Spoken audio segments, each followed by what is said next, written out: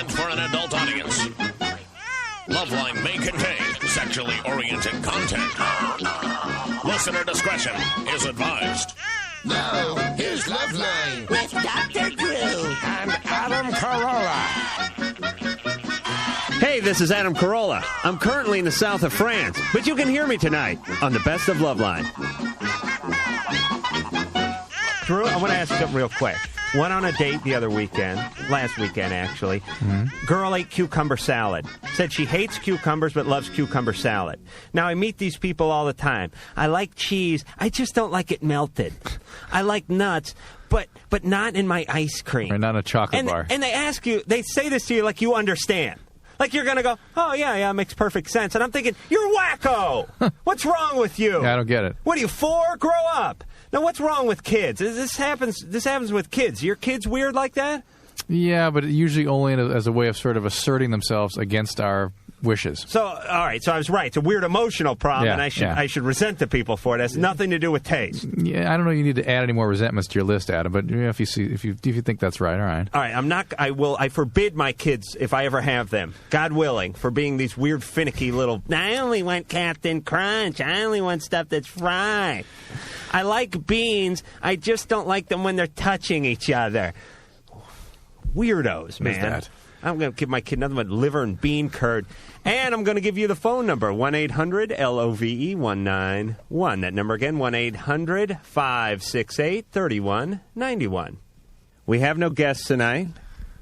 We only have me and you, Drew. But we always have fun when that happens. Yeah, I like that. Let me start with a hypothetical question. Oh, boy. Wait, before you do. What? His voice is like killing me in my headphones. I have a deviated septum, Drew. I don't know what it is. Fun of me? I don't know. It sounds terrible. But go ahead. Thank you. There, now I'm all built up. That's feeling better. Real good about myself. Is it better? Yeah. Okay. Can I continue? Yeah, please. Okay, hypothetical question. I want the men and the women callers to join in on this hypothetical question and give it some thought. Don't make a quick answer here. I'm going to ask Drew first off. I wouldn't tell him before the show what the question is, but I'm going to tell you now. Little did I know, though, that you were going to ask a thoughtful question. I can't wait to hear what you consider No, this is good. Question. This is good. I'm this ready. is a perfect. I'm ready. You know, because the definition of a good hypothetical question is one that everyone is split down the middle on, that no one can really decide what the right answer is. Then you know it's a good question. If everyone goes one way or the other way, it's a weak question. It's too right. easy, yeah. Okay, so we're getting hypothetical here, Drew. This is Plato. You have, yeah, all right. You have. That's good radio. He's showing me a spot on his shirt. All right, listen. What do you got? Attention deficit disorder? Would you relax for a second? I'm asking a hypothetical question. I can't stand the fact that you're going to ask a question. Just relax. All right. All right. You have no wife. All right. Go with me. You have no kids. You're a single guy. You're single. Nothing happened to your wife or kids. They just never existed. You say like that never happened to me. Like I was never single. Go ahead. All right. Let's turn back the clock and let's say you're single. All right. All right. Now, I want you to picture the most repulsive female that you can conjure up. I mean, maybe a nurse. Maybe a nurse at the hospital. No names. Just picture. And I want everyone out there to picture this person. Whether you're male, whether you're female. Maybe it's someone at school. No, wait a minute. If you're maybe female, it's someone at work. If you're talking to the females and they're single. If I'm talking to the females, I want them to picture a repulsive male. Okay. Maybe it's their boss. All right. Maybe it's a teacher. All right. Maybe it's a classmate. Whatever. Maybe they're clergymen. Whatever it is. Picture the most repulsive opposite-sex person that you know, that is in your environment. No, not off of television. It can't be an imaginary person. Not an imaginary person. Okay. Someone you would work with. Someone you would have contact with. Right. Okay? So let's say this nurse. A mustache. Right. Grossly overweight, some kind of skin lesions. Now you're being parts dragging as she goes down the hall. You're discriminating against heavy people now. So come on. All right. I'm just saying aesthetically. All right. I'm not going to get in that whole thing, but all right. Everyone got that person pictured? Fine. All right. Now here is the question: would you have sex with that person and not have anyone? No one will ever know. Not even the person. Actually, I've done that a few times. I'm not proud. But I'm saying you have sex with that person, you experience sex with that person, but then it's erased from all memory, except for yours. No one will ever know. She won't know. He won't know. That'll be that. Or you'll never have sex with that person, but everyone will swear up and down that you did. she will think so or he will think so. All your coworkers, the principal at school, your classmates, everyone will know that you had sex with this person, and you can never talk them out of it. Even though you didn't. Even though you didn't. Or do you just bite the bullet and go for it one time? You know what I mean? Pop the tab on a couple of tall ones and just dig in one time. And then it's gone from all memory. Now, this is a good question. Drew, what do you think? This is a good question? Yeah. What do you think? What would you do? This is a good question? What would you do? I'm so let down. What would you do? Don't mince around. What would you do? I don't know what I'd do. Come on. You'd have sex with her. All right, I'd do that. Would you? All right. Oh, you're a single guy, and okay, yeah. Yeah, right, because you wouldn't want to go in the hospital every day and have to deal with the stares and the looks and the whispers and all that, right? Right. All right, see, this is a good way to separate people, because women usually will say, no, I wouldn't do it. I wouldn't do it. I don't care. It's what I know is what counts. And guys would go, if I was going to get teased for a while, I'd just do it. So you sort of see the difference with the societal pressures, you see? You see? Oh, yeah. Man, what a great question. That is a great question. 5 minutes into the show. Drew cheat on his wife with a big nurse. I think that's what we got there. Hold. All right, well, I want people to chime in and tell us what they do. I think there's going to be a difference between the males and the females. Mickey. 27, Denver. Mickey, what's up? Hi, guys. Hey. Hey, what'd you think of that question? I did it. You did what? I had sex with a nasty man. See, she would have done it. You did. And no one knows. And no one knows. See? No one will never know. Right. Okay, so now, which would you rather? Would you rather have everyone know and never had sex with him? No way. No, she'd rather do it. You'd rather do him. You did. You did it, and you do it again. Yes. You're not making any apologies. Nope. All right. So chalk one up for the female. This is such a worthwhile way to spend our evening. Mickey, what can we do for you? I'm so excited I got through. Guys, I'm having a problem. Yeah. I've been dating my boyfriend for a year and a half. And sex has gotten very boring. It used to be so exciting. We'd have sex 3-4 times a day. What's changed? The 3-4 part? Yeah. What else has changed, though? I mean, is there some qualitative change in what's going on? I don't know. You can't tell. No, this is the first time I've been in a relationship in 5 years. Well, who's not initiating the sex? I mean, who's running from the sex, if anyone? You know what I'm saying? Who wants it more? He does. He wants it more. But see, he's not aggressive enough. He'll kind of lay there and be wishy-washy about it and not, take charge of it, and that really turns me off. But see, guys don't always know what to do. I mean, they get mixed messages sometimes. As a guy, especially living in the 90s, you're told, hey, if someone tells you this or intimates to you that, I don't want that, you better back off. Otherwise, you're crossing the line. I mean, are you playing hard to get? No. You just think he's being lethargic. You want a little more. Verve out of the guy. One night, and I just said, one of us needs to be the aggressor here, and I don't feel like being the aggressor tonight. And he didn't get the hint. Just tonight? Yeah, I mean, it kind of switches. It has to keep things active. So he's being lethargic. Yeah. I mean, you would like, and everyone would like, their sexual partner to be excited about being with him. Sure. I mean, to go after him. Mm-hmm. I remember when we first started going out. I mean, we didn't have sex for about 4 months. Ooh. And I think that made things really intense when it finally happened. Yeah. And then we had sex all the time. I know, but this goes out to everyone. You can never use the first 4 months or the first year even of a relationship sexually and try to compare it to the third year or even the second year, because it's just, you're setting yourself up for a fall. So what do you do? So do you just date people for a year? I think that's a decent plan. No, Mickey, I think... You get pregnant, I think, is what you do. No way! You start talking to your partner about what it is you need, what it is you're looking for, what gets you going, what doesn't. I mean, he can't read your mind. He can't. Yeah, I mean, the first thing, you do have to communicate. Yeah, and if that somehow ruins the fantasy for you, well, I'm sorry, that fantasy is not any reflection of reality. And not with this relationship in any event. And if there's something about the relationship that's troubling you, you need to begin to communicate that. And most of this, I suspect, comes from just finding out who each other are and you're more settling into being yourselves in your physical relationship, and you're a little dissatisfied with that right now. Now, give him an opportunity to come up to the plate and start swinging the... See if you can get a homer. Mickey, is he there? Is he there?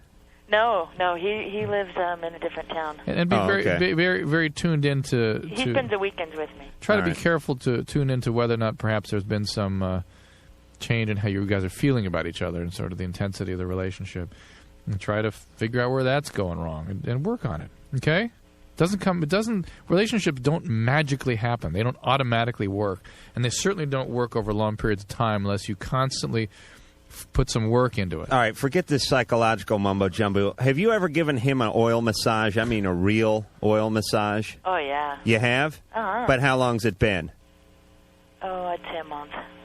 10 months. That's a long time. No, 1 month. 1 month. Oh, 1 month? Mm-hmm. The hell am I listening to? That is not such a long time. You think you should drop him, basically? I think it's time for... I like to create these moods. He'll come over and I'll feed him cocktails and get him drunk, and I'll be wearing sexy negligee, and But, why am I always doing it? Yeah, because he's a guy, and he's a pig, and he's lethargic. And that's how guys work. They settle in, they get into their comfort zone. Okay. They fold back the chair, they heat up the TV dinner, they turn on the ball game, They crack the beer, they put their hands down their shorts, and they call it a life. Exactly. So how do I re-spark that? Do I tell him I want to leave? Yeah, I think the only way to... You got to give... You ever see those emergency shows where they get the crash cart out and the paddles and they yell, clear? That's what a guy needs sometimes, and the equivalent to that is threatening to leave him. I know it sounds like a head game. Tell him why, because he may not... give him a chance first before you start threatening departure, that you're dissatisfied with certain things, and give him an opportunity to sort of come up to speed, okay? All right, Mickey? I told him that. Mickey? Yes. Mickey? We're running out of time here. I'm telling you to crank up the defibrillator and rub some of that weird cream they put on his chest and get ready to shock him back into reality. Todd 16. Todd. Yeah. Hey. Hi. Hey. Hold on, Todd. Okay. Hold on a second. That is a defibrillator? That is a defibrillator. Oh, man, am I good. Todd. Yeah? What's happening? Oh, first-time caller, long-time listener. All right. First of all, I got to say cool. And then my question was... I was thinking about getting either my nipple pierced or my tongue pierced. And, the artery thing in the tongue kind of scared me. And I was wondering... The what thing? Artery. Yeah. Oh, yeah. And I was wondering if that happens, if I take it out and go to the emergency room, could it be taken care of and be okay? Well, if you don't asphyxiate, the swelling can be massive and sudden. It can obstruct your airway, and it's a disaster. That's what worries me. You can't breathe through your nose at that point? It just goes right across here. Your nose is way up here. Right. I know, but you can't use it goes across the airway. Yeah, but still. All this in your head is like put a tube from your ass around your nose or something and circumvent the throat? No, but somebody would grab you in the emergency room and put a tube down your throat into the air. They would, okay. If you survive that long. But, there are stories trickling in all the time now about the potential disasters associated with piercing. And mostly in the hands of incompetent piercers. But the tongue is the one that scares me the most. Todd. There's a lot of potential for problems. Yeah, I agree. All right. And it's something you're using a lot. I mean, when you bite your tongue? Yeah. Like you ever get stoned and you're eating something and you sort of lose your whole pattern of chewing and you bite your tongue and it screws you up for like a week? A couple times, yeah. Yeah. You're a very honest man, Todd. It's never happened to me. But imagine putting a bone through your tongue. I mean, or a barbell through your tongue. I mean, imagine what that would do to the rhythm. Can you get that kind of piercing at your age anyway? Yeah. How? Fake ID, use a friend's birth certificate. Nice. There are a few other ways. Beautiful. Todd. And I was wondering about the nipple. A friend said that there was nerves in there that could cause some serious damage, like to your arm. If they missed your chest altogether. Oh no, okay. Oh, Todd. Basically, that was a load. Todd. Yeah. Do you think your nipples are an erogenous zone? I mean, as a guy. What's an erogenous? It's a place in Nevada where they test, where they keep alien ships. Thanks, Todd. You guys didn't see that Fox special? Don't poke spears through yourself. Yeah, that's right. Hit the Bible, Todd, and play some organized sports, would you, buddy? Okay. And All right. My second question was, I read an article on Hot Rod about they were building a Camaro with a 6-speed transmission. Mm-hmm. Got 26 miles to the gallon and a 1227 ETA. And I was wondering if you put a 700 R4 automatic transmission. 1227 quarter mile? Yeah. Okay. and I was wondering if you put the 700R4 automatic transmission in, Yeah. if that would really hurt the gas mileage because it's a higher overdrive ratio, but it's an automatic transmission. Todd. Yeah. Who am I, Pop Larson over here? What the hell do I care about your transmission problems? What's he talking about? He's trying to make my head explode with his talk of Camaros and 6-speeds. Camaro has a car right now that has a 6-speed in it, but it's a V8 and the mileage isn't going to be as good. All right, Todd, worry about your tongue. For Christ's sake, I bet the guy doesn't even have a permit. He's already mapping out his cars. Karen. We're back in Turlock with Karen. She's 20. Hi. Hey. I'm worried about something. Mm-hmm. I was with a guy about 2 years ago, and he had these white bumps on his penis, the head of his penis. What do they look like? What do you mean white bumps? Well, I didn't examine him so closely until I was with another guy about 6 months ago, and he had them also. And they're white. He was my boyfriend at the time. Yeah. And they were white, like almost like, you know how some people get little skin folds, or I don't know what they're called, it's just like their skin is coming up like a pimple almost, but it's not. But you like little clogged hair follicles. Yeah. And it's symmetrical. It's Yeah. It's like a ring around the top.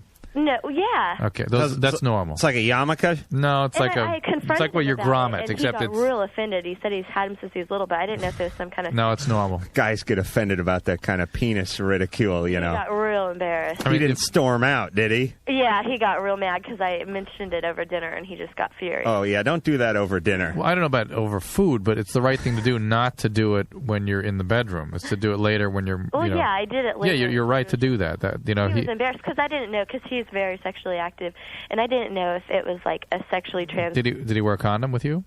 Yeah, when we had sex, he did. Okay. But he wasn't wearing it while he was eating? What? No. Okay, just checking. So what is it? It's normal. It's just that's the way. It is? Yeah. What? Yeah. Were they uncircumcised? These guys? Just the second one was I uncircumcised. think it's probably a little more common uncircumcised. It's just normal developments. Just Really? It's normal. Yeah. Wow. Okay. All right. They're sort of like the pearly penile papules, but I think I was in a dermatology clinic once where they referred to them as that, and I don't know, they're not exactly the same thing, but they're discussed the same. Are they in a different place? One of them's Yeah. on the shaft and one of them's Right. on the head of the penis?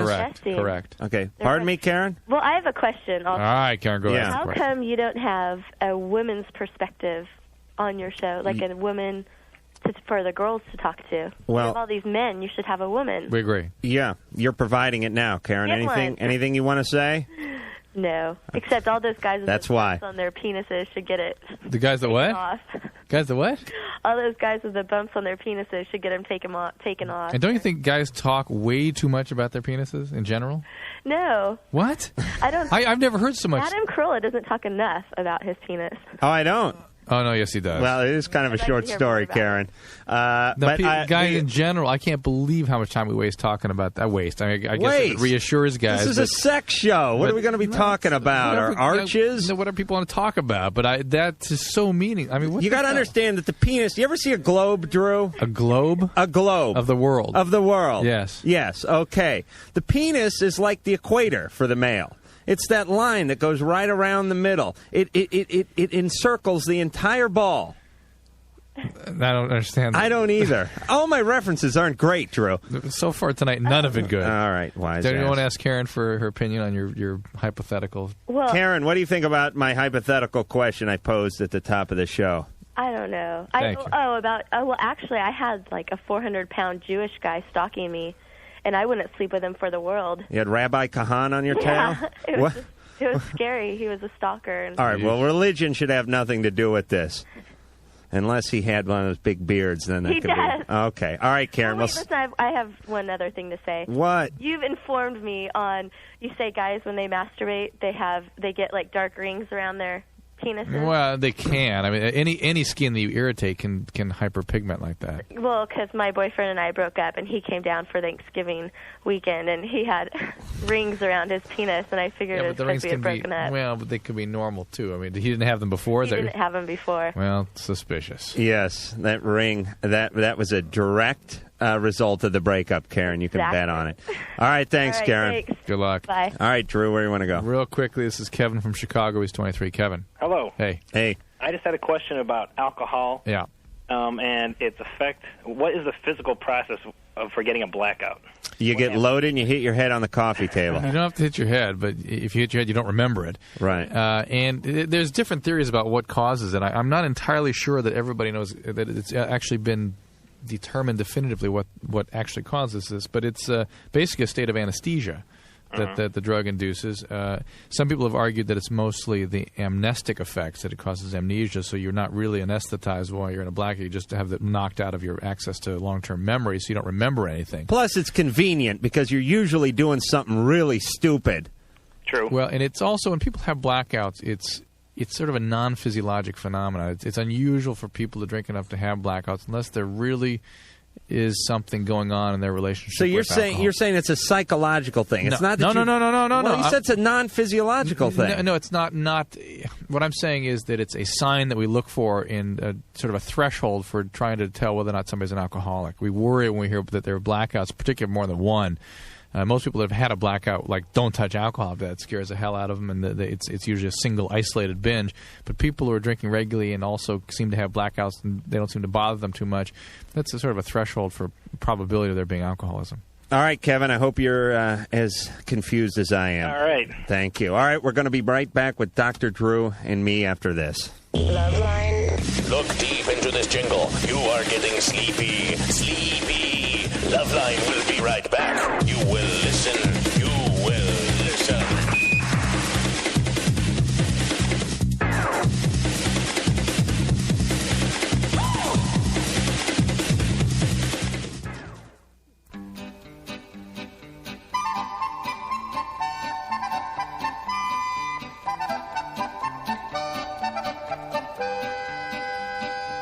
Howdy, you LoveLine listening folk. This is Adam Carolla telling you to put the damn phone down. We're not here. It's Best Of. We'll be back soon.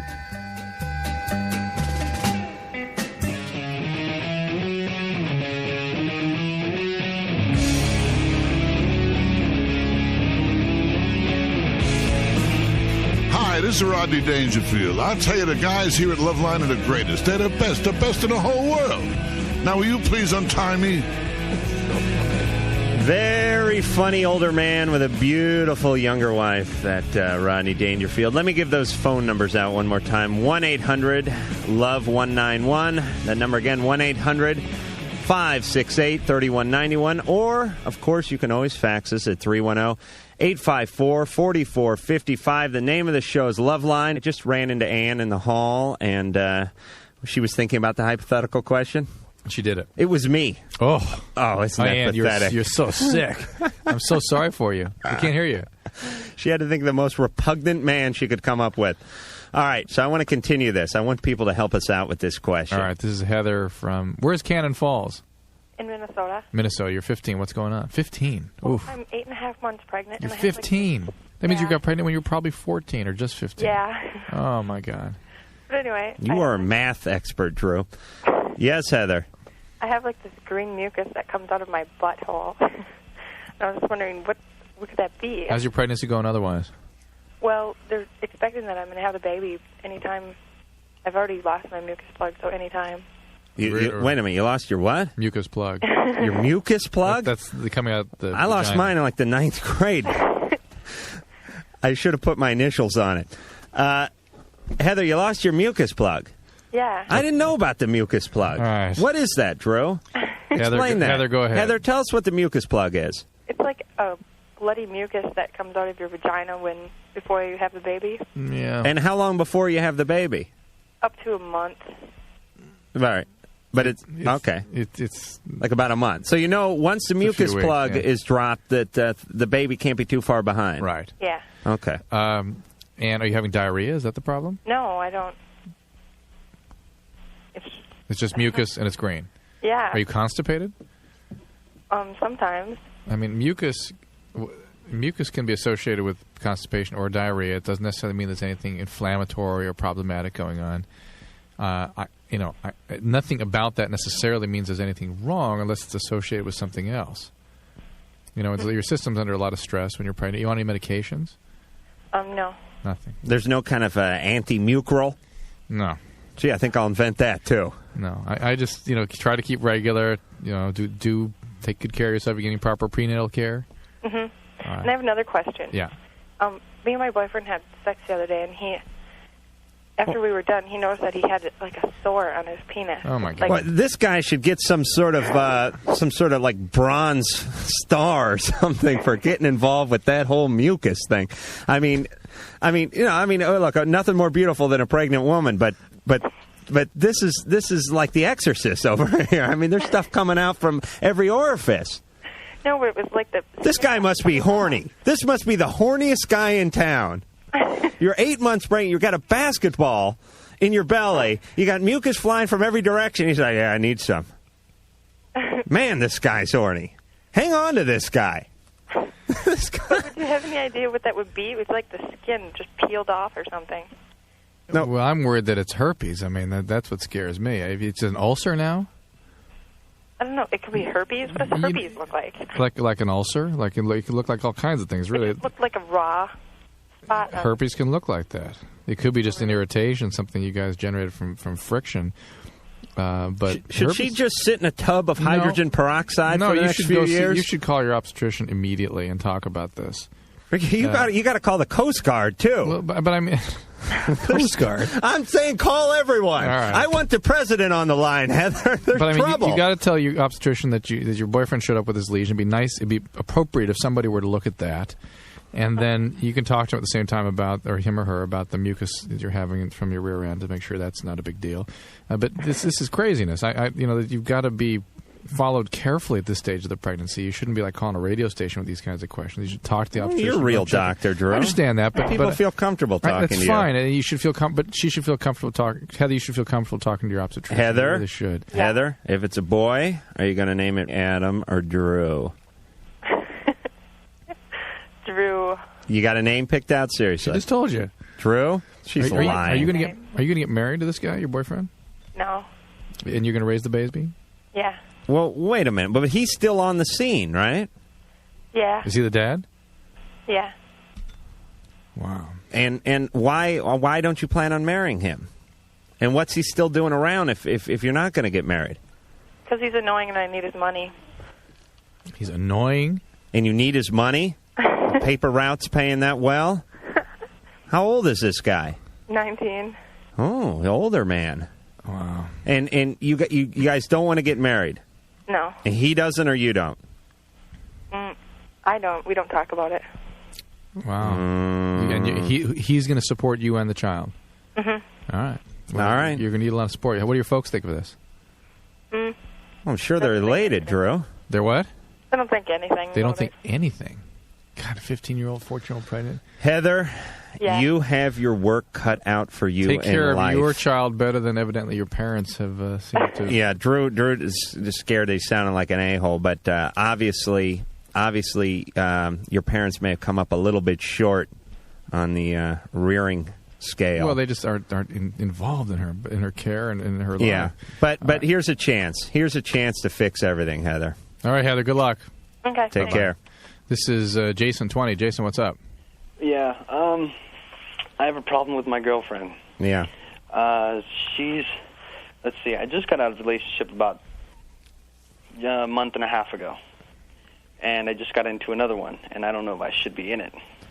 You're still not over the first one? What's that? Not over the first relationship? Well, it's not so much as that. I mean, we got together like maybe after 3 nights of dating. Mm-hmm. Okay? You had sex? And no. That was about a week later. What's getting together after 3 nights of dating? Pretty much making it like just me and her.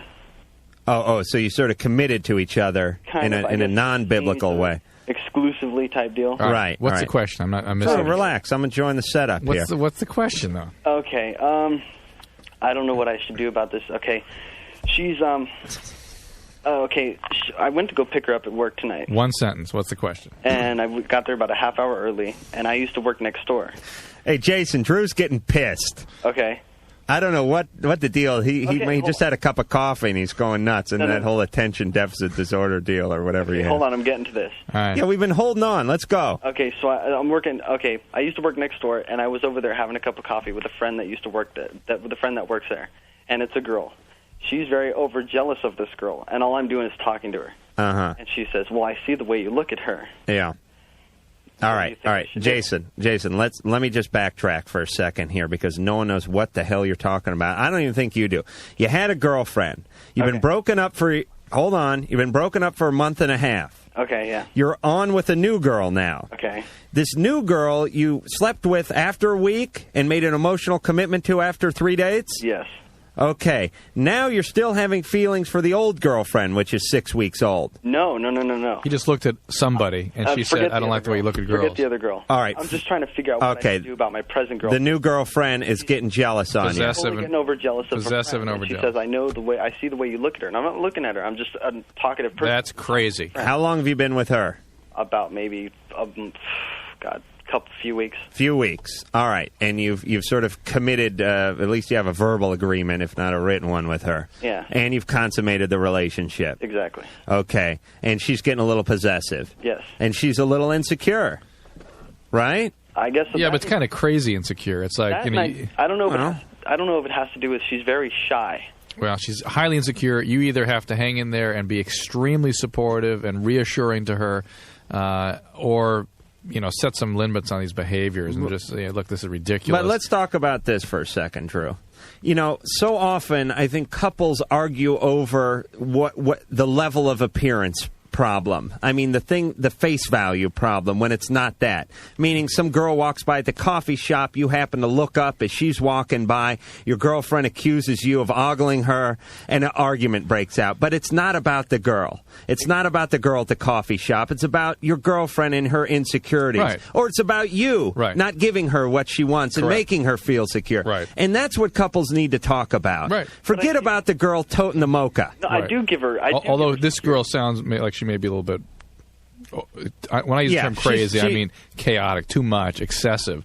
It's just too much. They've been dating a few weeks, and he's not allowed to look at somebody. But maybe Jason has betrayed her trust somehow. No, I have not. I've been totally faithful, and all I'm doing is sitting down talking to a friend of mine, a good friend of mine, that works at the place. She gets threatened terribly. Okay, I mean, you can be physically faithful and still jerk people around emotionally, But I've given her security. I mean, okay, I'm just playing devil's advocate, Jason. Well, just see what happens when you try to reassure her and make her feel secure. Yeah. If she is inconsolable, then that's something's wrong. It took me an hour afterwards of leaving there to get it out of her. All right. So it sounds a little Jason, bit. you got your work cut out for you, buddy. This doesn't sound like a long-term I wouldn't tolerate too much of this because it is excessive. Really. I want to comment on your question earlier. Yes, the hypothetical question. I have done it, and no one knows a damn thing about it. All right, and the question was, do you sleep with the most repulsive person you can think of from work or school, or do you not sleep with that person and have everyone swear that you did and you can't talk them out of it? You say, Jason, you say yes. I would say I would not sleep with that person and let everybody think what they want. Everybody at your school, everybody at your work. I don't care. Let them think what they want. I know the truth. Oh, don't pull that holier-than-thou crap on me, Jason. Honestly, that's how I feel. All right. All right, good luck. All right, chalk one up for the guys. That's right. It's Patrick, 25. Patrick. Yep. Yeah. Hey, yeah, I just had a question for Dr. Drew. Yes, sir. Yeah, when I was at my other job, one of the guys there told me about vitamin E pills, and he said if you took a bunch of them, like 15, 16, that you could, and a couple hours later, when you had sex, you'd stay hard for like days. Did you ever try that? No, I was wondering if it's bad for you to take. Is it bad for you? I don't know of any specific syndromes associated with excessive vitamin E. Now, is that cod liver? Is vitamin E mainly derived from cod liver? I honestly don't know. Jesus, Doc. That's an easy one. Is it? Why don't you read a little bit before the show instead of just waltzing in here? I don't know what's in cod liver. Cod liver, yeah, it's oil. It's fish oil in those vitamin E things. No. Or is that A and D? No, fish oil is fish oil. Yeah, well, fish oil has certain linoleic vitamins acid. in it. No, it's certain specific acids. All right, I'm going to bust your chops as soon as I find out the answer to this one. Right. Vitamin E. Anyone who knows about vitamin E, call vitamin in. E is vitamin E. Vitamin E is vitamin E. So you can't overdose on vitamin E? Well, I can't say that. I'm just not aware of what a large dose would do. I know it would not do what you're suggesting it should do. No, I didn't think it would either, but that's what he told me. All right, forget it. Did you try it? It doesn't sound like it's probably going to be good for you. Well, it couldn't hurt. No. Makes your skin soft. All right. See you, Patrick. Bye. Drew and I will return for a little more Loveline right after this. Hello? Hello? Loveline will be right back.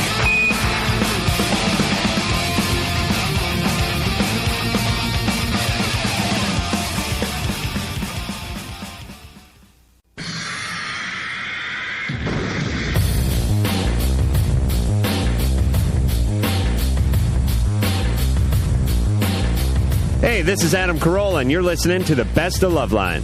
Here we are. More Loveline, more Drew, more Adam, more sick, twisted, perverted thoughts and opinions. Let me give out that phone number real quick, 1-800-LOVE-191. That number again, 1-800-568-3191, or... Fax. We haven't had faxes yet tonight, huh? Well, I don't know. Maybe they're coming in, but they just haven't been brought into the booth here. Fax number 310-854-4455. Again, if you missed the top of the show, I was giving a hypothetical question, which Drew sort of backed out of. I think he sort of copped out. Not cop out. I was just disappointed. You really built it up like it was going to be a great philosophical question, something that we could really learn from and grow from. Instead, I don't know what the hell that was all about. But all right. Drew. I was emotionally prepared for you to take the weenie route on that answer, and you did not disappoint me. Let me give the hypothetical question one more time very quickly for those of you who weren't around when I said it last. What would you do, by the way? What I do? I would have sex with the person and not... You take the weenie way out. Yeah, but mine would be a mature kind of, would be a larger weenie way out, I'm thinking. Let me give the hypothetical question one more time real quick. Think of the most repulsive person you can come up with, maybe emotionally or physically. Make them be at your work or at your school, place where you spend a lot of time, and then think, would you want to have sex with them once and have nobody know, including the person, or not have sex with them and everyone swears up and down you did and there's no talking them out of that? I would do it because I'm an atheist, and I'll just bite the bullet. Right. Just 20 minutes of hell. Hell, who knows? Maybe I enjoy it. And that way I won't have to face the stares and the ridicule at work the next day. Fair enough. Fair enough. Drew would do it, too, by the way. Big disgusting nurse. This is Debbie. Debbie's going to tell us about the vitamin E thing. Right? Debbie. Yeah, I just wanted to tell you guys that vitamin E and vitamin A are fat-soluble. Right.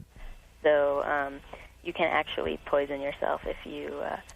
You can't poison yourself? No, you can. Well, vitamin A, commonly they can get a lot of liver problems from that. Yeah. But I've never seen a syndrome of vitamin E overdose. Well, it is fat-soluble, so it does get stored in your body fat. So if you do overdose, like, for example, if you take vitamin C, you can take as much as you want because it's water-soluble. Right. And it just goes out in your urine. Yeah, but there are lots of water-soluble pharmaceutical agents that will kill you if you take too much of them. I mean, what is it? What is the syndrome of vitamin E overdose? What are the consequences?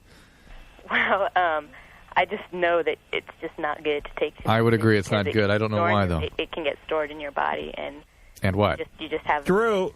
She's 19 and works at a Circle K. All right, Would you stop grilling her? All right, I just wanted. It's not Marcus Welby, hey, Drew. Look, it's Debbie from Simi looking Valley. for information, Debbie. And did you hear anything about this erectile function thing that guy was mentioning? No, I've never heard. I've never heard that either. Debbie, okay. what about the? Wait a minute. What about hypothetical? Oh no, what about your fish oil thing? I just wouldn't recommend it. What do you know about fish oil, Debbie?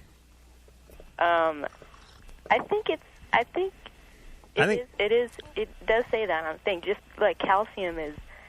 It's shells, right? Yeah, I mean, even though it is calcium, it tells you where it comes from. All right, and yeah. Same thing with vitamin E. I think it's derived from cod liver oil. Yeah. That's the liver of a cod. That's what I think. I think that's what it says on the bottle. And Debbie, what about the hypothetical? I have a hard time believing that, but maybe. For Christ's sake, Drew, what am I sitting here doing? Lying to you? It says it on the bottle. What do I come up with cod liver anyway? Where did you come up with that? Where did you come up with that? Off the side of the bottle. You did not. Did you really? Did you really? Bite into a vitamin E thing. It smells like cod. You'll belch up. It'll smell like you ate at the H salt. Hey, Debbie. Yeah.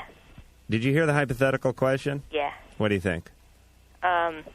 You do the big scary guy and not have anyone know? No. You face the stares of all the coworkers? Yes. Everyone. Definitely. Everyone for the rest. Every morning when you walk into work, they're all looking and laughing. Yes. They're laughing at Debbie. And now, you know what, Debbie? They want some, too. Because they figure, hey, if Debbie's going to do this guy, why not me? No. Yes. He's a pig. He's a pig. He's a and pig, man. And she did that pig, so why can't I have a helping of love? No. Yes? No. All right, I'm going to get you to break eventually. Good luck, Debbie. Good night. Thanks, Debbie. This is Chris, 15. Chris. Hi. Hey. I have a question for Dr. Drew. Yes, sir. I heard that when you smoke weed through aluminum, like most down stems are made out of aluminum, that it can give you Alzheimer's disease. Well, what you're hearing is some conclusion that somebody derived from the fact that in the pathologic changes of the brain that occur in Alzheimer's, there are often found aluminum deposits. And people leaped to the conclusion, therefore, that aluminum caused the degenerative process. There really is no good evidence for that. For instance, people on dialysis, kidney dialysis, are given massive doses of aluminum through certain kinds of antacids, phosphate-binding agents, and their aluminum levels go through the roof. They do not get Alzheimer's at any higher rate than anybody else. Right. People that drink a zillion Diet Cokes a day do not get Alzheimer's, do not get dementia of any type. They get the AIDS is what they get. There is, and I will guarantee you, and this I can say with great certainty, that the marijuana itself will have a much greater impact, bad impact on your health than any potential problem of smoking through the aluminum pipe. But what about the paint that you're smoking off the bud can that you've crushed and fashioned into a makeshift hash pipe? Isn't that bad? Imagine. Okay. Chris. Yeah. If you're gonna ingest pot, I suggest you do it in the brownie form and stay away from all that aluminum stuff. Okay. All right. No, don't do any pot, Chris. I don't want to get any letters. Why the brownie form? Well, you're not stinking up the room, and you're not smoking aluminum. And the thing about brownies is you can overdose easily. You can? You can take big doses and not be aware of it. It takes a long time for it to get into your system. It's expensive. But here's the beauty of the pot brownie. Not only are you getting high, but you're eating at the same time. You're killing two birds with one stone. Brian, Chicago, 25. Yeah, guys, I had a couple questions for you. Has the weather improved out there yet? No, it's really nasty. Rub it in. Anyway, I really mainly wanted some advice. All right. I had a relationship with a girl for around 4.5 years. And it was, I guess for the first 3.5 years, it was really great. I mean, I really was her first lover. And how old was she? I'd say when we started dating, she was 17. How old were you? And I was 19. Mm-hmm. And, what do you think the chances of a relationship in that age group going on? Well, like in the 1830s, you mean, or now? Now. 0. Okay. But go ahead. So anyway, because everyone died when they're 35. So who cares? We were together for around 4.5 years, and everything went pretty smooth. But she was like pushing towards moving out, getting a place together, and all this kind of stuff. And I really didn't know what I wanted to do. She was 20 at that time, right? Yeah, exactly. I wasn't sure how I could support them. I was still with my folks. Them? But we went together until I was... wait a minute. Let's slow down for here. a second here, Brian. Who's the them? Huh? Are you counting you and her as a them, or is there a third? You said I don't know how it's... Back then. Oh, back then. Back then. Back then. Oh, we went together until I was like 23 or whatever. Right. And I don't know if she was getting fed up with the situation, but she was getting ready to leave me. She didn't know if she loved me anymore because I wouldn't do these things. All right. And finally I just said, I really care about you. What do you want? And she said she wanted, to move out to try like a big city and stuff. So, hey, Chicago, that's why I'm here. Move out from where? I moved from a very small town by St. Louis. Okay. So what's the question, Brian? Well, anyway, I moved. She didn't come. It didn't work. The stress was put on the relationship because her mom said, you have to marry him if you move. So we broke up. Okay. Wow. About a year later now, she calls me up, and she wants to come to Chicago. She wants me to help her, and she would like to kind of get back together. And she's moved in with me, and things are very odd. It's definitely not even close to what it was like before. The magic is gone. Well, it's not gone for me. I still really love her. I still really care about her. You got the one. That's why the magic is still there for you. But she has the hat and the rabbits out of it. Well, it's like it's like everything's been going like really slow, and I don't know what's wrong. I mean, she moved in with me. She's sleeping in the same bed. How long has she been there? She's been here around 3 months. God, it just sounds very bizarre to me that they would go from being broken up to being living together again, as though the relationship should somehow be precisely as it was when it was at its peak, like and you was, could just go on with like things. It was frozen for a year, and right. they just thawed it out. Terribly in a day. unrealistic. I mean, you both have been through a lot, changed a lot of leftover feelings, a lot of process to go through. You guys are going to have to sit down, have a lot of talk, you have to romance her a little bit, get some dynamics back in this relationship. I try to talk to her, but she's very defensive. She gets very closed off, and then she can't do that if this relationship is going to survive. Yeah, very simple. It's she either wants it to get better or she wants it to fall apart. And it's up to her. All right, Brian. Well, it's up to you, too, but I mean, it's up to her as far as this defensiveness Brian, it's goes. your apartment. It's your sofa. Sit her down, turn on your stereo, and talk to her. And we're going to be back right after this. Meanwhile, halfway across the city, in a small fish market in Chinatown. Excuse me, could I get some fish? In the meantime, LoveLine will be right back.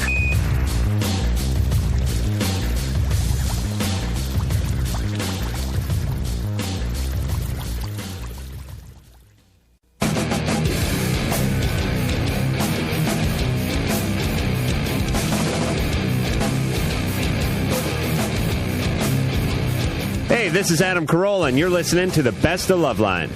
Oh, man, I talk way too much. Oh, yeah. That you speak the truth, my friend. That's the first thing of accuracy you've said tonight. I still have enough in me to tell you to shut the hell up, Drew. I got a fax here. That voice you heard, the annoying voice, was Drew, the voice of reason, the guy who has a degree and feels he can rub it in everyone's face.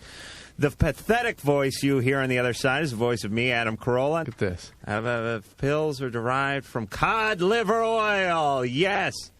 Yes, total vindication as usual. We just got a fax that confirms my cod liver oil statement about 20 minutes ago in vitamin E. Total vindication. All right, Drew? All right. Enough said. Let me read another quick fax here. And this is what I was referring to about talking too much. Hey, Adam, I was wondering about hairy asses being normal. I heard that you have a hairy ass. So do a lot of other guys. Here's what I'm wondering. Did you hear this from me, or was this kind of word on the street kind of thing? I mean, were you talking to Huggy Bear? Like slipping $20? Yeah, word is Adam's got a hairy ass. Jeez, you talk about it every night. Do I? Yes. You either talk about it sweating or being hairy. Am I right, ladies? They're back there making faces. And it's just projectile vomited onto Mike the engineer. You talked about shaving your ass last night. I was kind of shocked. Yeah, you did. Oh, did you not? Christ. Back me up on this. Anything for a frickin' ratings point. So, anyway, the fax continues. I was wondering if guys in movies must have to shave their ass or something. I'm thinking maybe they do, too. I mean, there's a lot of guys waving their ass around the screen. You know, Harvey Keitel, Mel Gibson, whoever. And their ass is always like an eagle's head. It's like a couple of dolphins next to each other. What is that? What? I can't hear you, I think they wax it. Oh, they wax their ass? They don't shave it, yeah. Wax, definitely. Wax? Yeah. Oh, they're laughing like, how funny is he you even think Harvey Keitel's getting his ass waxed? Sure. Really? Sure. Jeez, I got to look into that. Anyway, I don't like having a hairy ass, so what should I do about it? Well, do like Harvey Keitel. Like Harvey Keitel and shave your ass. And I got a question for you, No, you can't ask it yet. You have to do a break here. I got going. We'll be back in 10 seconds. This is LoveLine on radio station.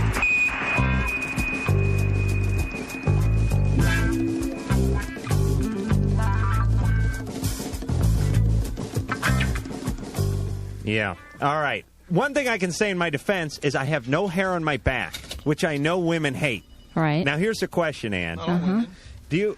Mike, shut up. Mike over there. Mike's like Dan Haggerty over there. I know what's going on.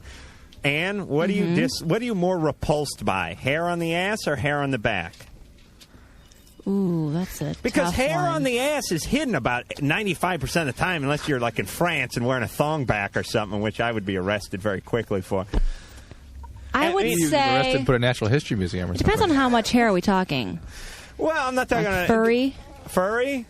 Yeah, I don't know what the different levels of hairdom are, but yeah. Well, show me. I'm not talking about like Slash from Guns N' Roses. You want me to drop my pants? Yeah, I want to see. Come on, no. Now, anyway, you want me to put it up against the glass, or can I just turn around? Seriously. I gotta make a phone call. Really? Yeah, I do. Go ahead. Do your thing. Well, how can I? No, it's okay. Are you I'm gonna okay? go. I'll go backs or You'll more go backs? grotesque. Just to get him to stop, you're saying Yeah, that. thank you. Man. I appreciate it. Anne really made a crucial decision, kind of like the hypothetical question. What would you really rather do? Have a repulsive man show you his hairy ass, or have everyone think that he saw you? Okay. All right, let's get Drew, the can we callers, get please. back to the phones now? Yeah, sure. This It's is Amy. not that bad. Amy, 17. Amy, what's going I on? do look good nude, ladies. I have a question for Dr. Drew. Yes, ma'am. Go right ahead. For the past 3 months, I've been getting my period like every 12 to 13 days, and I just don't understand why it's never happened before. And I mean, I feel perfectly fine. Are they normal periods when they come?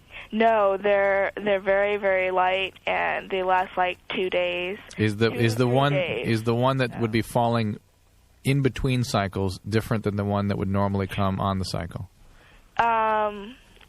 Would you cut it out? I want to show Ann. I don't. Okay, so I get my period like twice a month, right? And they both be the same. They're the same. Okay, Right. both times. Right. There are a lot of different things that can. This is. I'm trying to concentrate here, guys.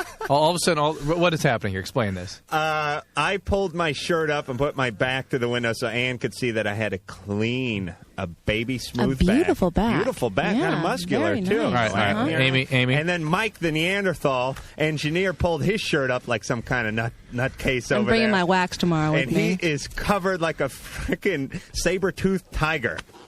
He is like something out of the Ice Age. Like you must be dying of heat.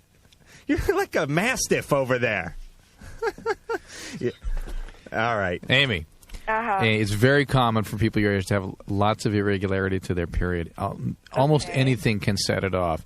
It's sort of thrown under the umbrella term of hypothalamic pituitary axis dysfunction or their marriage. Okay. Well, it's really odd because I've had my period since I was 10, and it's always hold on. But there are a lot of things that can sort of trigger that: weight loss, stress, medications, changes in your sexual activity. She had a period when she was 10? Isn't that That's kind of early. on? It's kind of early. Does that mean you could get pregnant from that point on? Probably not right away, but a year or so after that, yeah. Really? Yeah. So Amy, anything like that going on? Any what? Medication, stress, no. weight loss, Nope. excessive physical exertion. Nope. Actually, I've been like, more than anything, I've been mellowing out a lot more. So I don't understand what it could possibly be. Well, it can be ovarian cysts. It can be endometriosis. I mean, there's just a myriad of things it could be.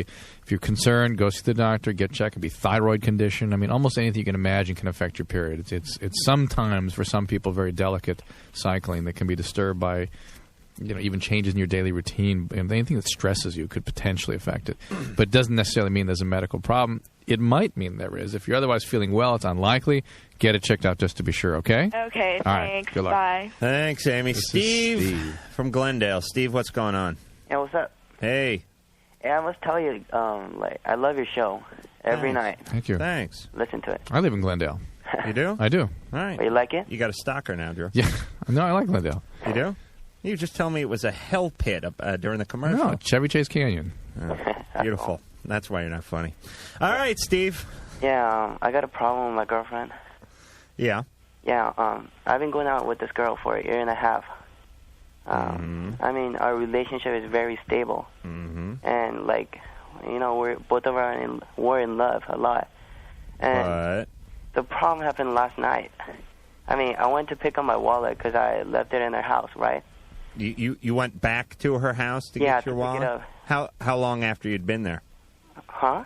You'd been there earlier that day? Yeah, like 2 hours for her. Okay, all right. Trying to get a timetable here. Establish a motive, yeah. And, I picked it up. I did my thing. It came out. I was ready to go back home. And I saw my girlfriend's mom coming out and taking a quick look at my car, So I'm like, I didn't know what was that about. But next day, my girlfriend called me all crying and telling me how could I cheat on her. I'm like, what? What the hell are you talking about, So, and what she told me was that her mom saw me, with another girl in my car. I'm like, what? That didn't happen, But then she hung up, crying. She said the mom, did a double take on your car while it was parked out there. My car windows are, dark, so right. I'm hardly seeing it. Right. Right. And the mom probably saw her like her own reflection or something. Whatever. Right. And I understand their position because she was going in like under a strict family. Right. She was like grown up to be obeying her parents. Let me just go out on a limb here. Mom's not nuts about you? And no, I think I'm qualified. Oh, you think, sure, everyone's qualified in their own minds. But Mom's not, Mom, I mean, how do you and Mom get along? Because it seems to me that if Mom really liked you, she wouldn't be making these unfounded accusations. Oh, she would have stopped and said, hi, how are you? If she saw you out there. And, I still love her. I want to approach to her, but I don't know how. All right, so you're totally innocent here, right, Steve? Yeah, innocent. Nobody in that car of yours? No. Okay.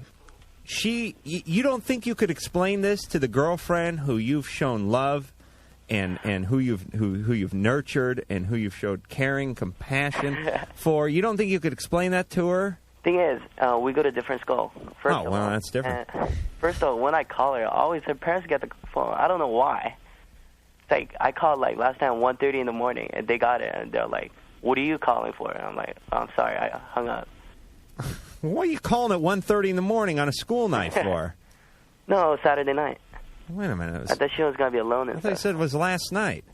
Yeah. All right, listen, Steve, you sound a little shaky at best. I got to tell you.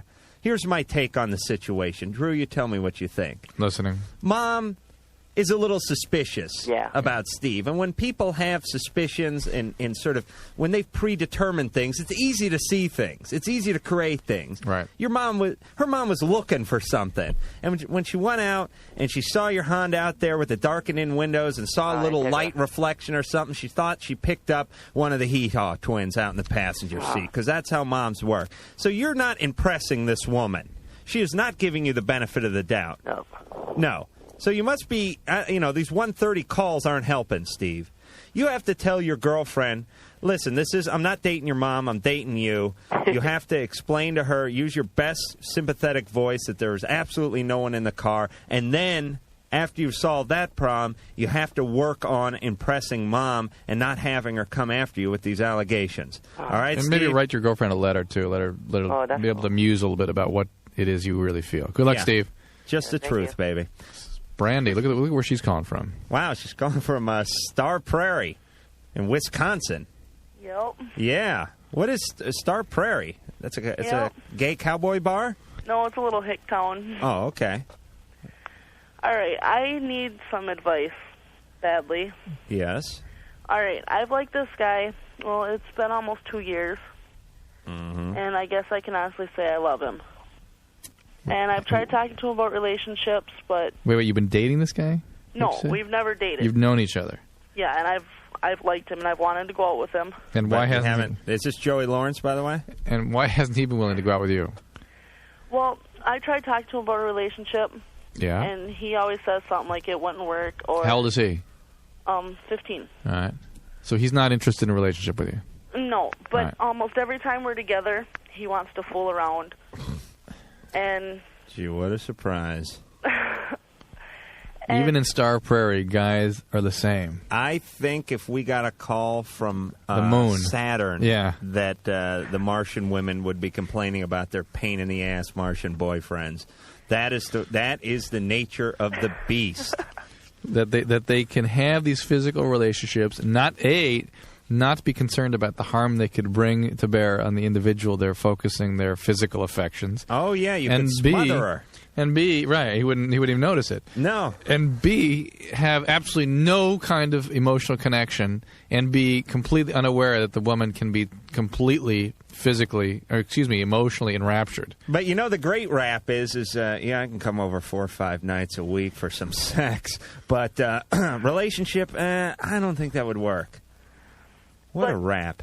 I like him a lot, and basically, I guess I feel like he's using me. He is. But I can't say no to him because I love him so much. If you say yes to him, you are just setting yourself up for incredible amounts of pain. Yeah. Have enough self-respect to say no to this. I know it's got to be hard for you. It is hard. And what women can't accept, particularly women your age, that men can be physically intimate and not have any emotional connection with them. You got to accept it. That they can have absolutely no emotional experience whatsoever when they're physically intimate. Well, his brother Jeremy is my best friend. Yeah. And Jeremy's tried talking to him, finding out, what's wrong, what's missing. And he doesn't listen, and he said it just won't work, and that's all the Well, he may not know. He's only 15, 16. He may not know what's making his emotional world And Brandy, work. it's not like you're some Consumer Digest and he's trying to figure out the best refrigerator. I mean, it's not always something that breaks down to what's the most cost-effective or something. These are affairs of the heart. I mean, either you feel that or you don't. If you don't, you can't really talk someone into it by... just being, hey, let's be practical here. We're both stuck in Star Prairie. We're rubbing on each other 3 nights a week. We both love Married with Children, so why don't we make it a life? I mean, if it ain't there, it ain't there. And Brandy, you're 16, and right now you don't think it's going to be there with anybody but this guy, but believe me, there's going to be 10 more guys who come down the road and try to pull the same crap. You'll end up marrying one of them, and that'll be your life. Here's Dave. He's in San Diego. He's going to tell us more about the vitamin E overdose. Dave, yes. Hey, how you guys doing? Good, Dave. Tell us. Well, vitamin E megadoses can actually cause thrombophlebitis, which is blood clotting and inflammation of the blood vessels. I'm going to press even a little harder. Deep venous thrombosis? Is that what we're talking about? Thrombophlebitis.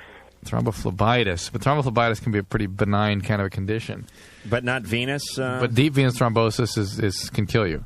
What's that? The thrombophlebitis can be in superficial veins, and it can be very benign. It can be nothing, but deep venous thrombosis can kill you. And I'm just wondering if it can also cause deep vein thrombosis. Venus, goddess of thrombosis that you are. So let's put it this way: it can cause thromboembolic disease. Is that correct? Right. Okay.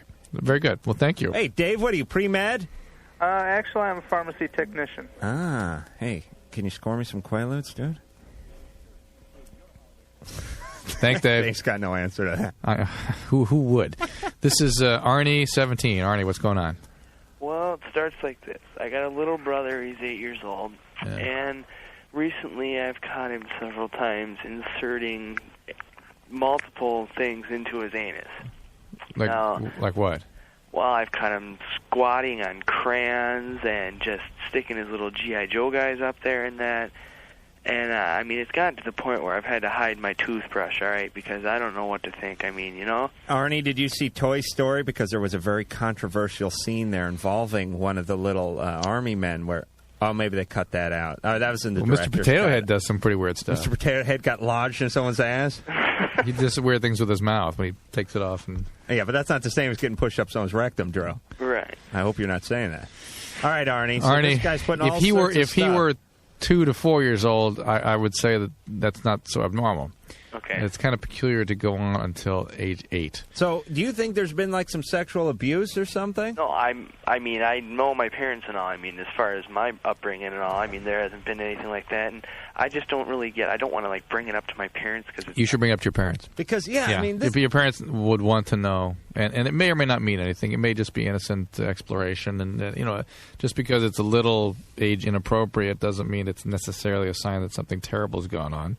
But it's just something that if I were as a parent, I would want to know that, have an opportunity to look into it. Well, you'd kind of want to know, but you wouldn't be waiting in line. No, you don't want to know that anything potentially could be wrong with your kids, but something is. At least as a parent, myself as a parent, I want to know and get on it. Larry, have you seen the salad tongs? No, I don't know where they are.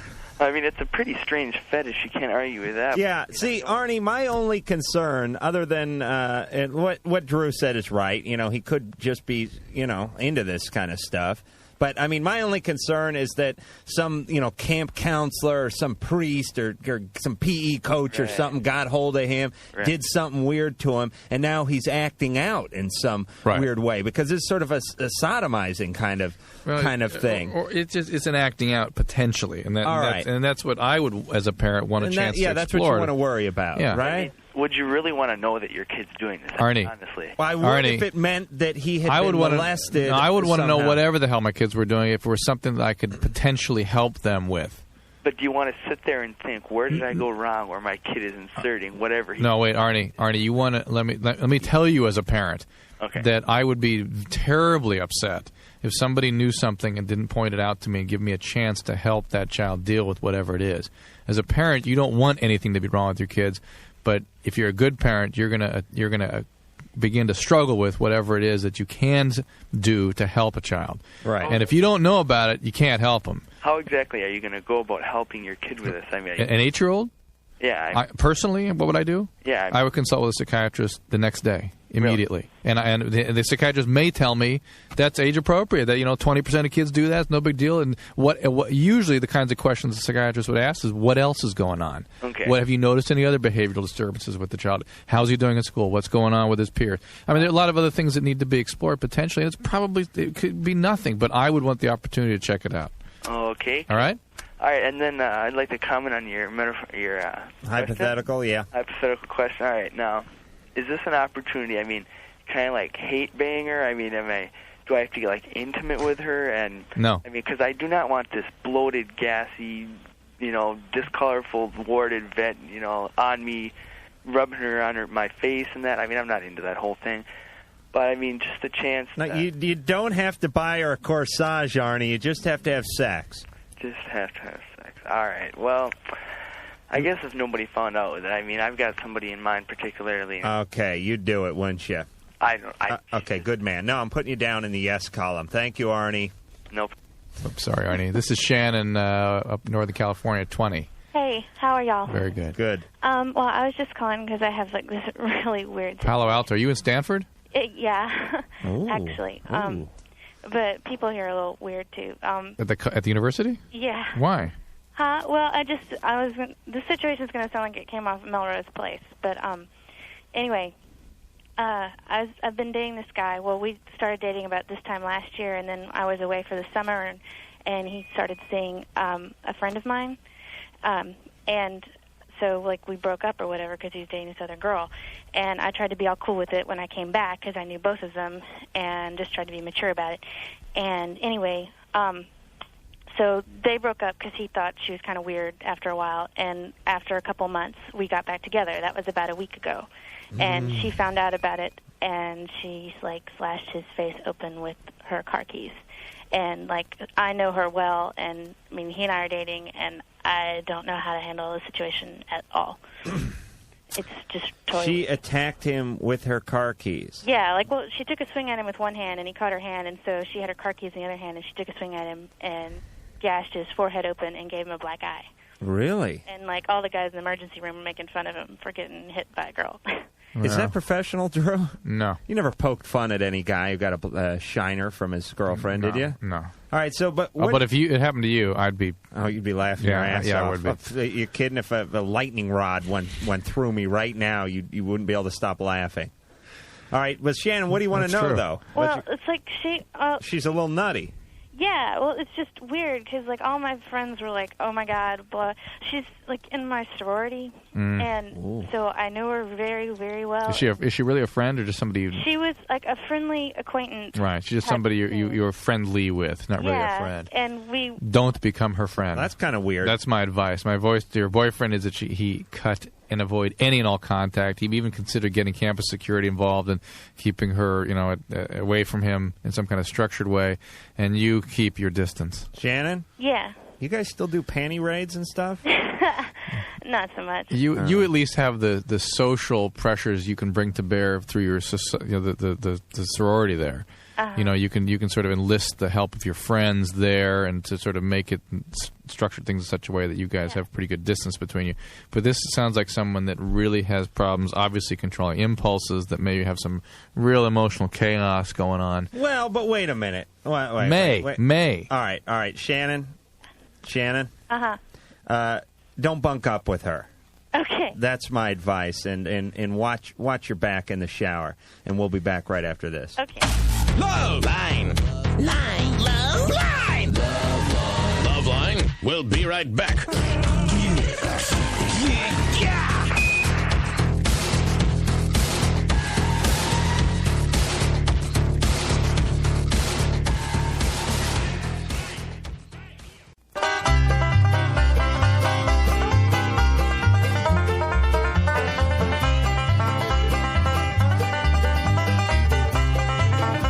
Howdy, you LoveLine listening folk. This is Adam Carolla telling you to put the damn phone down. We're not here. It's best of. We'll be back soon.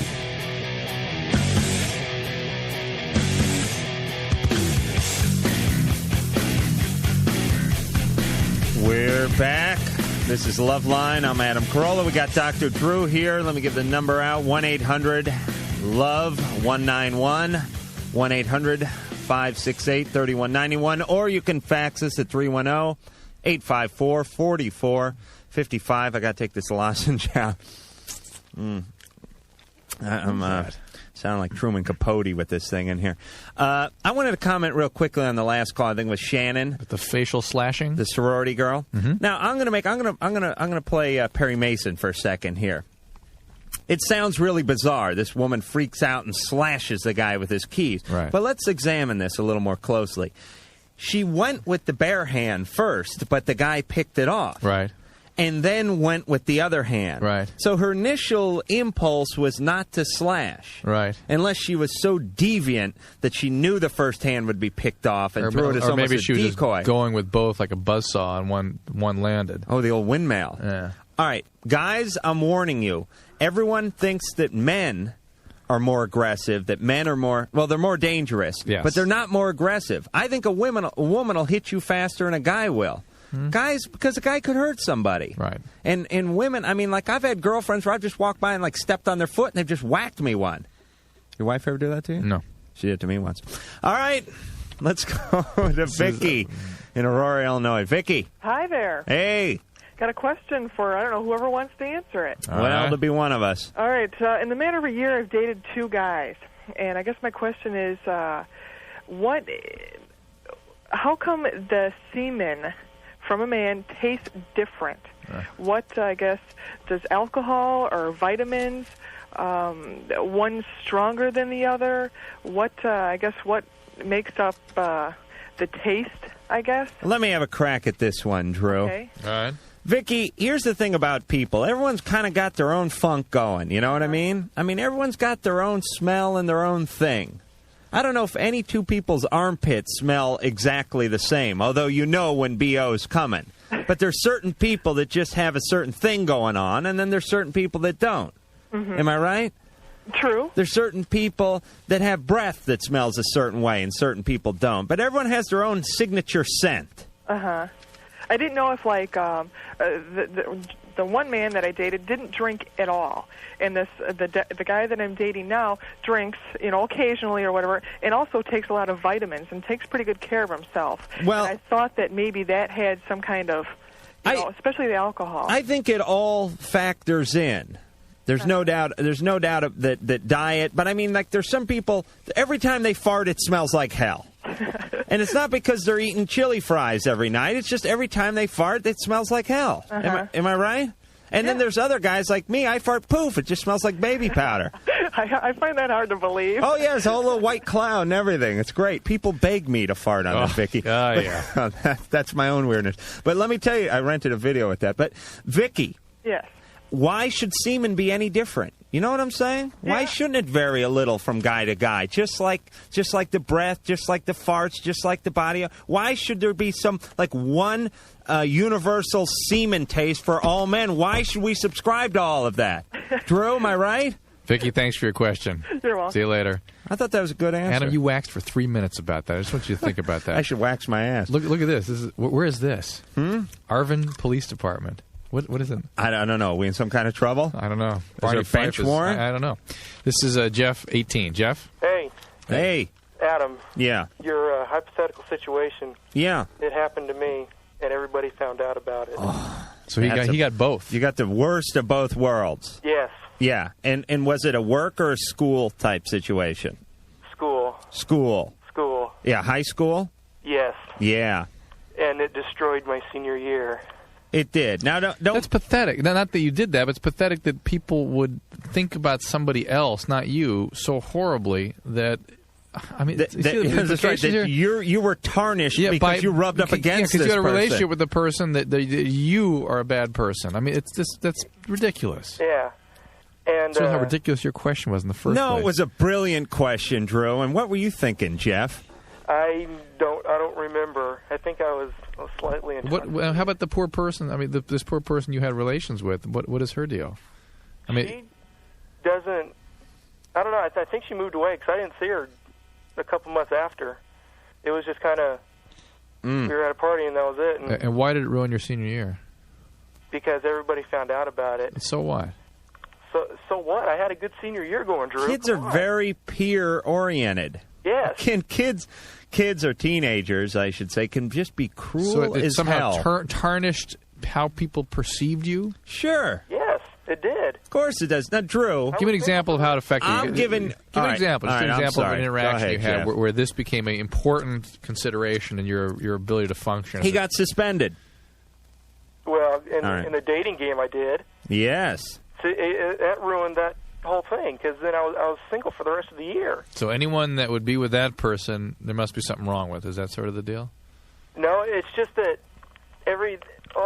the chain of events that happened, and it was just kind of, it was a social screw up. And by the way, I'm not. You could be kind of a loser, though, I'm not Jeff. You disparaging. never know. I'm not disparaging Jeff. I'm saying that your peers are pathetic in the way they reacted to this. Yeah, it You is. know? But that, I mean, there's a monkey see, monkey do kind of mentality. yes. I mean, Oh, Drew, yes. in Oh, all yes. honesty, we work at the same place. We work in the same building. Neither one of us is ever there. And you have white clouds, you admit. I have little baby powder puffs coming out of me all day long. But if you knew that somebody, let's say Ann the producer, slept with some other male who you found a little repugnant. Okay, Riki. Over there. Okay, Riki, for the sake of argument.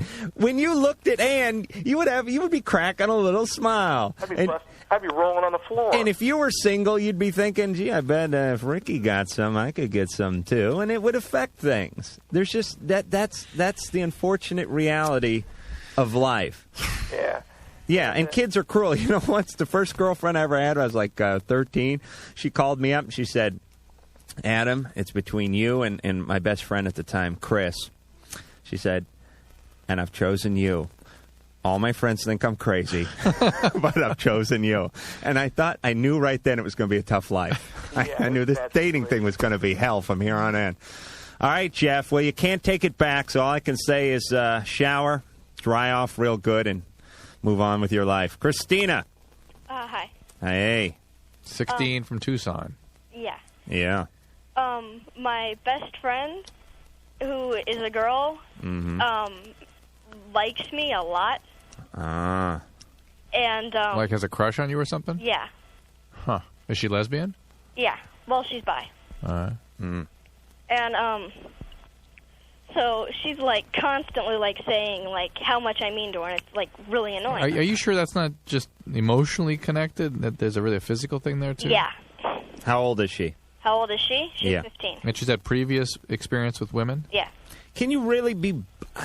At 15. I mean, can you be bi at 15? Can you be like... Can you be anything at 15? Yeah, well, that's... I mean, it's such a time of transition. I mean, I don't see people can really...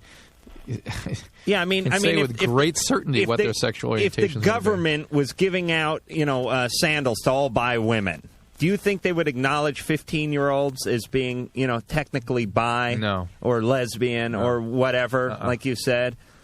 Yeah, I mean, it's just there's so much experimentation that goes on at that age. All right, anyway. All right, go ahead. Okay. And so she's like basically she's a really suicidal person. Great. Okay. Quick question: was she sexually abused when she was younger? Yes.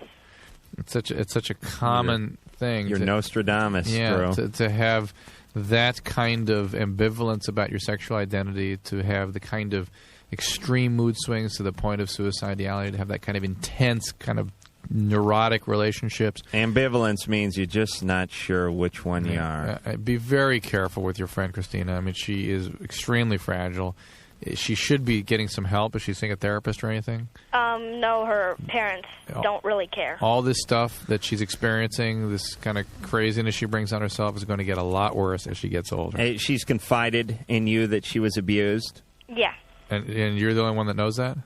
No, there's a couple of other people who get her to some help, really. Yeah. That whatever else you're going to ask us, be very careful with her. Don't obviously do not have a physical relationship with her, because she could get completely fixated with you, as she already is, as you're finding out.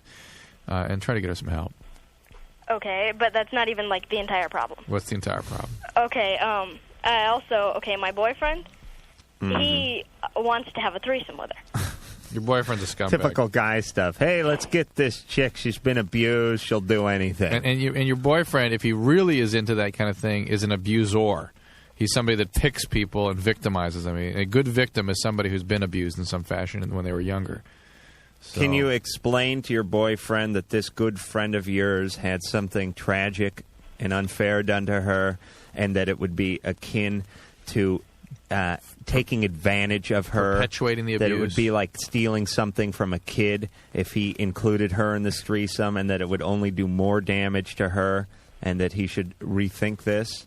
Well, see, if I told him what happened, if she found out, then she'd get really, really mad at me. But if you just were in vaguer terms, in less specific terms. Yeah, you don't have to get into details. You have to, but you have to tell him that this isn't going to happen because she is damaged, and that you don't want to perpetuate it, like Drew said. I mean, you don't want to turn the knife anymore. She's already got a knife in her that needs to be taken out therapeutically, and you don't need to twist it around in her. You're getting into trouble here, Christina. You got to be tough with your moron boyfriend at this point, okay? All right. Okay, can I say one more thing about the same situation thing? Yeah. Lickety split. Okay, well, she's also always saying to me that I'm, like, her only friend, and, like, without me, she'd, like, basically completely, totally kill herself. She's got to get help. Yeah, you cannot be her therapist at 16 with a crazy boyfriend wanting a threesome. And you can't be responsible, studies and everything. Yeah, you can't be responsible for somebody else's well-being. But I will tell you, in all honesty, given the kind of history she's had, she may be capable of that kind of behavior.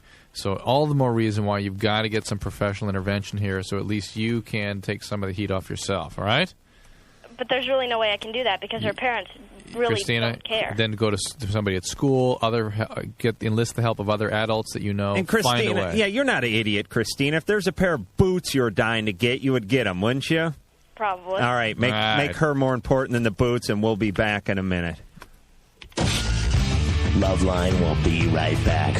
And if you're not here, we'll hunt you down and shoot you in the head. Just kidding.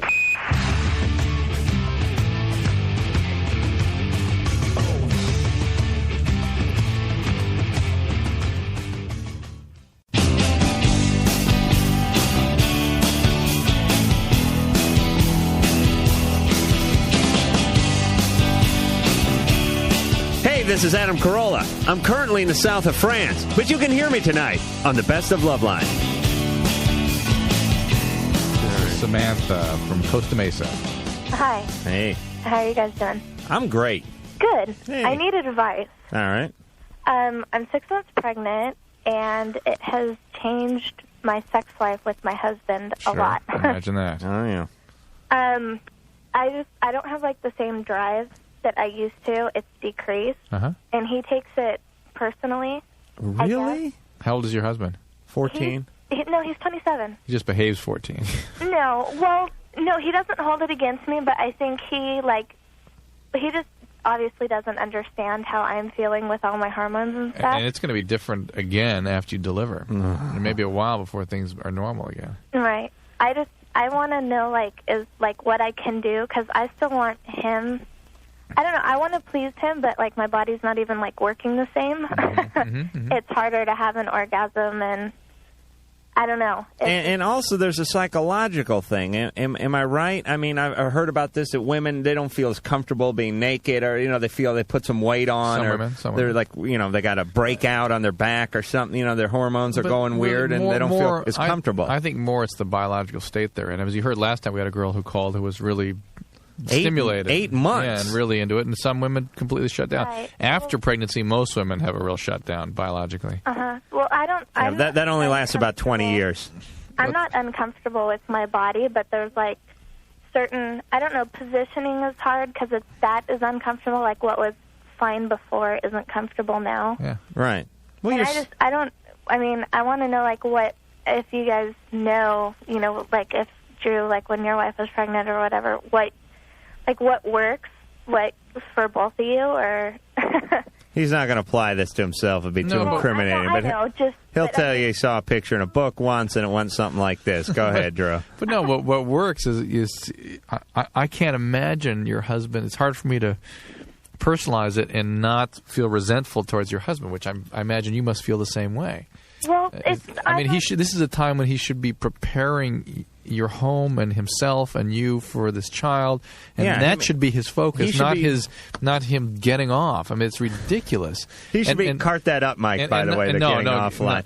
And the fact that he is pressuring you to the point that you're feeling insecure and inadequate. I mean, that you're 6 months pregnant, for God's sakes. He should be there coddling you and asking you what he. Christ's no, sake, this is a Drew. fact, and doing and asking you what he can do to help you, not you obsessing about what you can do. What do you want him to do? Boil water, knit booties? He's a man. He has needs.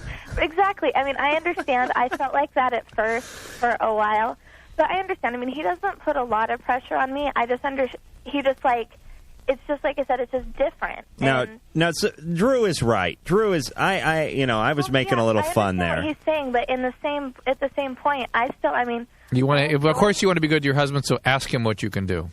But that's all. Just that's all you can do. And you know how. And you can do only what you can do. Don't do things that are going to obviously jeopardize the pregnancy. Don't do things that are uncomfortable for you. And you may find that you have like no libido. There are times when sex will seem irritating to you, uncomfortable. Nothing you want to be around.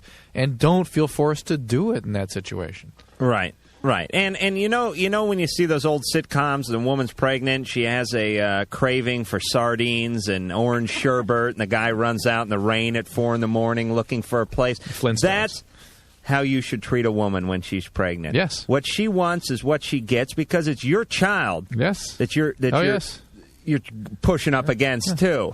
And if you can't put aside 3 months of a little sexual sacrifice at this point, then how are you going to put aside money for college? How are you going to put aside money for the medical care and the clothing and all the other sacrifices it takes? All that delayed gratification. Yes, you tell this guy that this is just the beginning of a long, long road paved with sacrifice. Okay. All right, good luck, Samantha. Thank you. Bye-bye. Well, I'm not James, having kids, by the way. 21, I figured that. I got a road line with pornography. It's a whole different road. James? Yeah. Yeah. I have a question for Drew. Yeah. Okay, I want to know if it's natural for a girl to produce milk if she's not pregnant or has a baby. That happens, but it's not normal. I mean, you've got to worry about some medical problems if somebody's doing that. But aren't there women that if you stimulate enough, you can get a little coming out of there? Absolutely there are, but if that's happened, I do suggest, I believe, that people should have a medical evaluation, that they should have what's called prolactin level to make sure there's no pituitary. And a pregnancy test. Just to start off with. And a thyroid test. And then if those screens are normal, then you're one of those people who just is prone to develop to produce this stuff. Yeah, 'cause someone told me that it could be a sign of breast cancer. Yeah, it can be, but that would be unlikely in somebody whom, again, the doctor will be able to screen for that really just with a physical examination. The other thing is medication can commonly do this. But if she has breast cancer, shouldn't she be able to feel herself up and feel if there's any lumps or anything in there? At that age, it's hard, and most women have difficulty doing that. But again, what do you mean they have difficulty doing it? Have knowing what's normal and abnormal. It's not that easy. Well, new is abnormal. I mean, if you're feeling around, some women, a lot of women have cysts that come and go. Really? Yeah, and they feel some of them. They can feel like tumors. They feel terrible. Well, how does a cyst that comes and goes work? Because you've got a lot of cystic glandular material in there that can form cysts. So you'll be feeling yourself up, like in 1 month there's something there, it's tender and it's there and hard. Next time it goes away, it comes back. They can move around. Really? Yeah. Wow, it's like a deadbeat cousin. This is Sean, 18, Oceanside. Hey, what's up, guys? Hey. How you doing? Good. Yeah, I got a little problem. Lay it on us, Sean. All right. How do you cure a broken heart destroyed by lies, but is now being destroyed by guilt? What are you guilty about? Isn't that a Bee Gees song? Huh? Go ahead, Sean. What are you guilty about? Well, just guilty about the lies. Oh, you lied? Yes.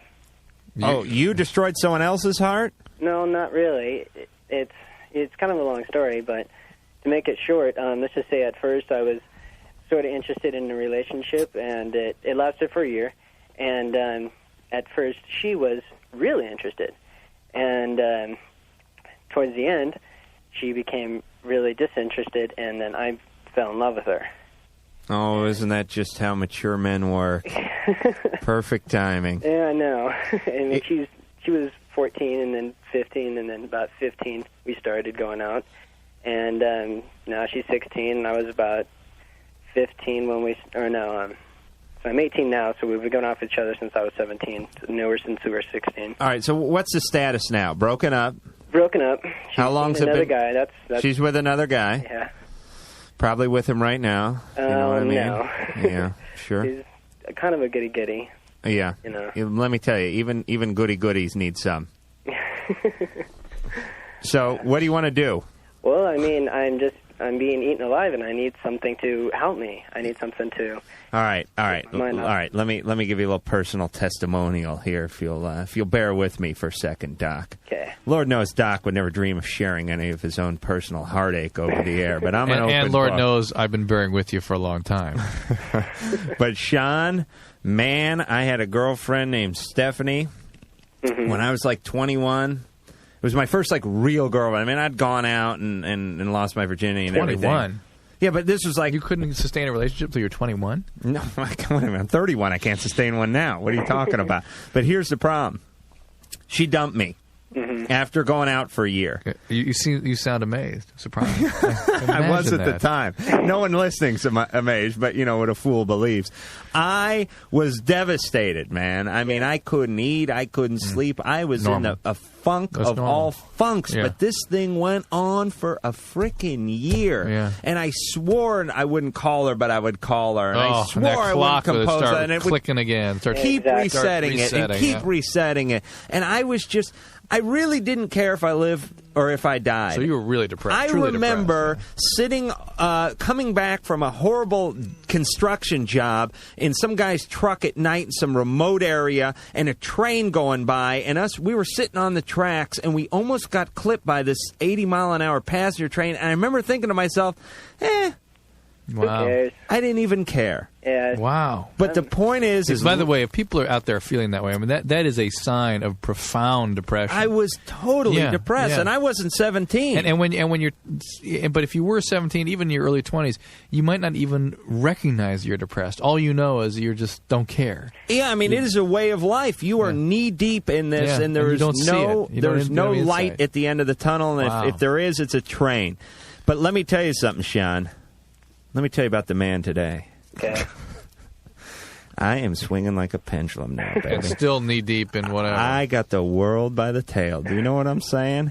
I am so glad that frickin' Amtrak didn't clean out me and that construction guy in his dually, because I would not be doing what I am today, which is just enjoying the hell out of my life. Yeah, I know it's going to end up that way, too. It will end up that way. And that's why it's important not to park on the tracks.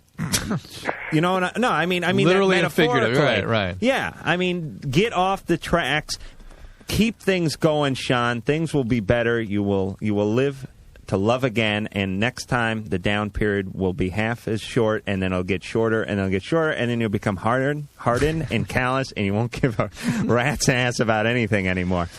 All right, Sean. Now, all right, we got a break now, Drew. Good luck. We'll be back in a second. LoveLine will be right back.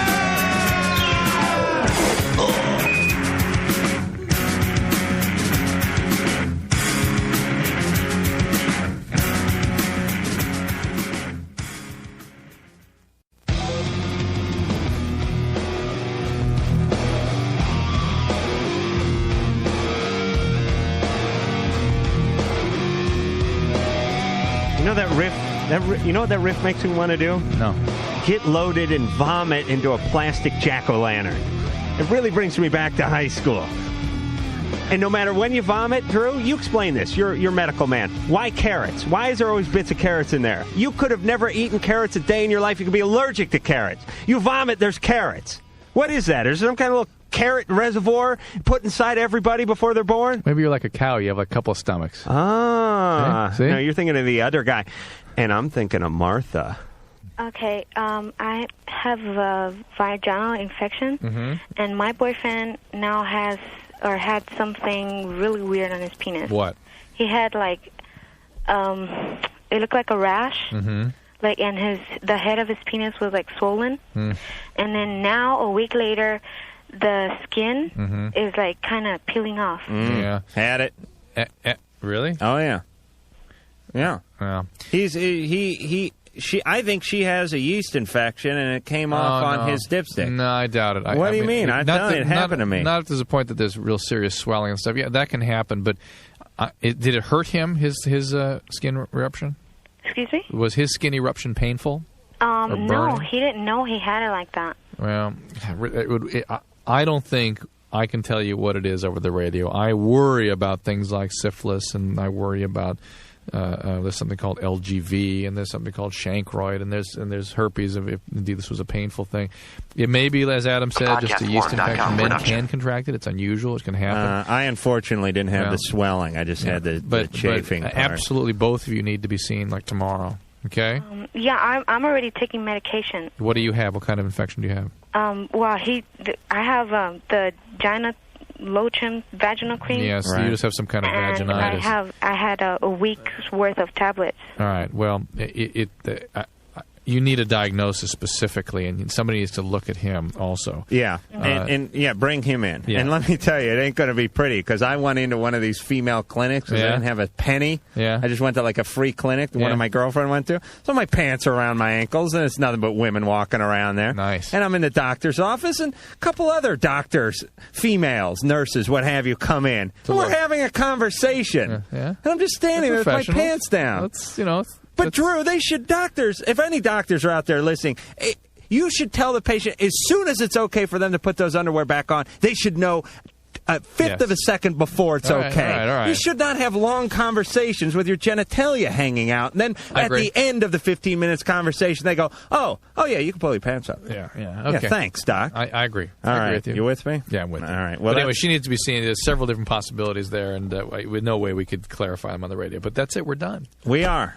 The close of another fabulous show. I want to thank the lovely Sherry, who was screening phones, the distracted but gorgeous Ann, who's over there doing God knows what. I think she was writing Harry Back, Mike, the engineer over there, who's repulsed all the females now. Mike will be lucky if they show up tomorrow.